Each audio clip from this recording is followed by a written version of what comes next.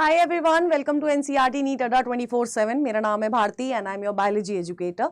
आज की ये जो वीडियो है वो बहुत ज़्यादा खास है क्योंकि इस वीडियो में हम समझने वाले हैं कि how can you count your menstrual cycle. अब क्योंकि बहुत सारे स्टूडेंट्स यहाँ पर ऐसे होंगे जिनको पता होगा कि मेंस्ट्रुअल साइकिल क्या है, कितने फेजेस हैं, ओव्यूलेशन कब होती है एंड किन किन चीज़ों पे ये पूरी जो चीज़ है हमारी मेंस्ट्रुअल साइकिल है डिपेंडेंट है। ओव्यूलेशन खासकर आपका जो मेंस्ट्रुएशन फेज होता है ये कब आता है, कैसे आता है, क्या क्या रीजंस है, कौन कौन से हार्मोन्स पार्टिसिपेट कर रहे हैं, ऐसी बहुत सारी वीडियोस आप लोगों ने ऑलरेडी देखी होगी। तो बस एक स्मॉल जेनरिक सी वीडियो हम लोग करने वाले हैं एंड फॉर यू ऑल जो अभी इस साल नीट का पेपर देने वाले हैं उनके लिए ये वीडियो बहुत इंपॉर्टेंट रहने वाली है क्योंकि एक ऐसा टॉपिक है जहां से हर साल क्वेश्चन पूछा जाता है एंड जो नीट एस्पिरेंट्स नहीं है बट ये वीडियो फिर भी देख रहे हैं, खासकर कि my all my ladies and my small cutie pie girls. तो ये वीडियो बहुत इंपॉर्टेंट होने वाली है क्योंकि ये चीज़ ऐसी है जिसके बारे में पता होना बहुत ज़्यादा ज़रूरी है क्योंकि बहुत सारे मिथ्स हैं मेंस्ट्रुअल साइकिल को लेके जिसके बारे में आप लोगों ने सुना होगा, पढ़ा होगा और बहुत सारी रील्स जो है देखी होगी। So let's get started. अब यार जब मैं मेंस्ट्रुअल साइकिल की बात कर रही हूँ तो यार उससे पहले ना हम लोगों को ये पता होना चाहिए कि हमारी जो यूट्रस है उसमें 3 लेयर्स होती हैं। सबसे बाहर वाली पेरीमेट्रियम, अंदर वाली मायोमेट्रियम और अंदर सबसे जो इनर मोस्ट लेयर होती है उसको हम लोग एंडोमेट्रियम कहते हैं। अब ये क्यों बताया? ये इसलिए बताया क्योंकि आपकी जो एंडोमेट्रियम है ये वो लेयर है जो पार्टिसिपेट कर रही है इन आपका मेंस्ट्रुअल साइकिल। अब आप बोलोगे मैम कैसे पार्टिसिपेट कर रही है? तो पार्टिसिपेट ऐसे कर रही है बेटा जी कि ये जो आपकी एंडोमेट्रियम है ये ना हर महीने बनती है और हर महीने टूटती है। तो ये जो हर महीने बनना और टूटना चल रहा है इस आपके एंडोमेट्रियम का, इसी को हम लोग मेंस्ट्रुअल साइकिल बोलते हैं। अब ये बनती क्यों है, किस आस में बनती है? ये इस आस में बनती है बेटा जी कि आप अब ओवा आ गया है, अब स्पर्म आएगा, फर्टिलाइज होगा, तो अब मैं उसको जो फर्टिलाइज्ड एग है हमारा एंडोमेट्रियम उसका ध्यान रखने के लिए अपने आप को डेवलप करती है, अपने आप को सिक्रीटरी इन नेचर करती है, यानी कि वो डेवलप होती है। लेकिन फिर एक पॉइंट के बाद उसकी जो आस है वो टूट जाती है क्योंकि स्पर्म नहीं आता, फर्टिलाइजेशन नहीं होती, तो वो दुखी होकर बिल्कुल टूट जाती है और बोलती है कि यार अब क्या ही हो जाए। लेकिन उसके बाद वो फिर हारती नहीं है ना, हारती नहीं है। इसलिए हमें भी अपने फेलियर से नहीं हारना चाहिए, हमें फिर ऑप्टिमिस्टिक होके फिर से शुरुआत करनी चाहिए और ये भी वही करती है। एक महीने ठीक है यार टूट गई, फिर अगले महीने बनेगी, फिर अगले महीने बनेगी और इस तरह से ये पूरी साइकिल चलती रहती है। अब बात ये है कि जो मेंस्ट्रुअल साइकिल है कुछ विमेन में ये मेंस्ट्रुअल साइकिल 28 दिन की होगी, कुछ में 29, 30, 31, 32, 33, 34, 35 इतने डेज की मेंस्ट्रुअल साइकिल होती है। अगर इससे ज्यादा है तो प्रॉब्लम है, then you should consult the doctor.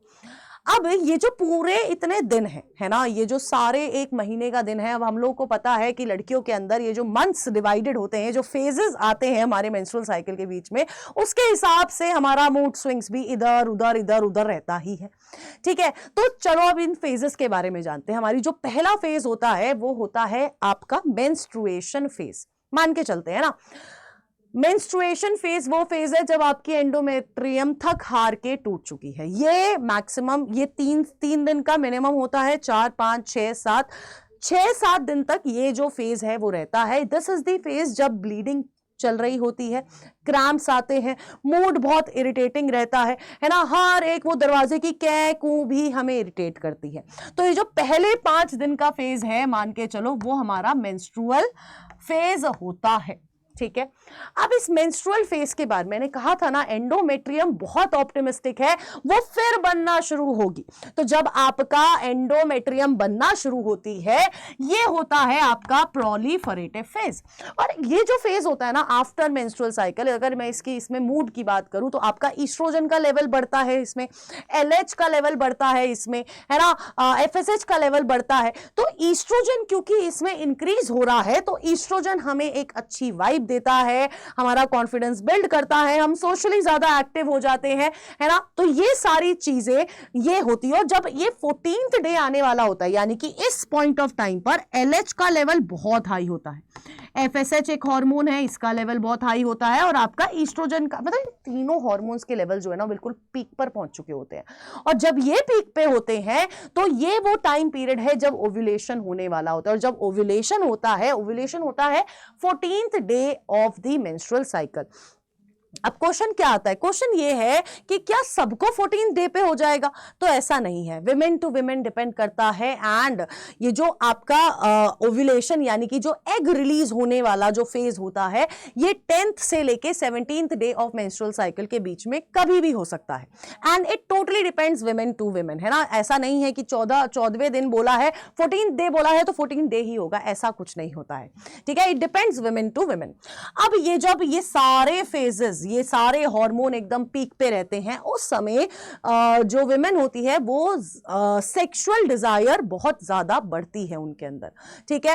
अब जैसे ही ओव्यूलेशन आता है तो ओवा ना कांट वेट, है ना, बहुत ज्यादा वेट नहीं करता है स्पर्म का, कुछ दिन रहता है और उसके बाद जब स्पर्म नहीं आएगा तो ये चला जाता है। अब ये क्या होता है, अब ओव्यूलेशन के बाद ये वाला जो फेज होता है, इसमें जो आपकी एंडोमेट्रियम होती है वो अपने आप को प्रिपेयर कर रही होती है, अपने आप को सिक्रीटरी इन नेचर करती है कि अब फर्टिलाइजेशन हो जाएगी, मैं फर्टिलाइज एग का ध्यान रखूंगी, तो इसलिए इसको सिक्रीटरी फेज बोला जाता है। और साथ ही साथ इस समय ये वो टाइम है जब आपका प्रोजेस्टेरॉन, एक और नए हार्मोन की एंट्री होती है, प्रोजेस्टेरॉन की एंट्री होती है। और ये प्रोजेस्टेरॉन क्या करता है, इस एंडोमेट्रियम का ध्यान रखना है कि ये एंडोमेट्रियम अच्छे से बने जाए। तो ये प्रोजेस्टेरॉन एंडोमेट्रियम का ध्यान रखता है, और यही वो हार्मोन है जो आगे प्रेगनेंसी हो जाएगी तो यही हार्मोन है जो आपके प्रेगनेंसी के टाइम पे आपकी प्रेगनेंसी को मेंटेन करने के लिए हेल्प करता है, क्योंकि अगर इसका लेवल कहीं पर भी गिरा तो प्रेगनेंसी में खतरा आ सकता है। तो ये वाला जो फेज है, इस समय आपका प्रोजेस्टेरॉन बहुत हाई रहता है, और जैसे जैसे एट द एंड आता जाएगा वैसे वैसे आपके सारे हार्मोन के लेवल क्या हो जाएंगे, कम हो जाएंगे। और सबसे पहले पता है किसको पता चलता है, ईस्ट्रोजन को पता चलता है सबसे पहले कि ये अब फर्टिलाइजेशन नहीं हुआ है, अब एंडोमेट्रियम के टूटने का समय आ गया है, तो वो प्रोजेस्टेरॉन का लेवल क्या करा देता है, कम करा देता है। अब इसमें ना एक चीज है, इसमें ये चीज है कि ये जो आपका ये वाला ल्यूटियल फेज होता है या सिक्रीटरी फेज होता है, इस समय अगर हम लोग देखेंगे मूड स्विंग्स के हिसाब से, तो ये वो वक्त है जब हम लोग फिर से इरिटेट होना, है ना, थोड़ा वाइब चेक हमारी थोड़ी स्लो हो जाती है, लो फील करने लग जाते हैं, एंड वक्त आते आते आपका प्री मेंस्ट्रुअल सिंड्रोम शुरू हो जाता है। तो बहुत सारी प्रॉब्लम जो है हमें देखनी पड़ती है इस पॉइंट ऑफ टाइम पर आके। सो ये सारे फेजेस हैं। अब दूसरा क्वेश्चन, मोस्ट फर्टाइल फेज कौन सा होगा? देखो, जब ओव्यूलेशन होने वाला होगा, अब 14th day is the most fertile, अगर मैं बिल्कुल आइडियल बात करती हूं, लेकिन हमें तो पता है, हमें क्या पता है, हमें पता है कि आपका जो फर्टाइल फेज है वो 10th से 17th डे के बीच में रहेगा। तो 10th डे से 17th डे के बीच में कभी भी ओव्यूलेशन हो सकती है, तो this is the most fertile phase, ठीक है। अब so it totally depends women to women कि आपकी मेंस्ट्रुअल साइकिल कितने दिन की है, और इट टोटली डिपेंड्स कि ओव्यूलेशन कब हो रहा है, ये पूरा हार्मोन के ऊपर डिपेंडेंट होता है। सो आई होप आपको समझ आया हो menstrual cycle, and all the best, stay connected to NCERT NEET Adda 24/7।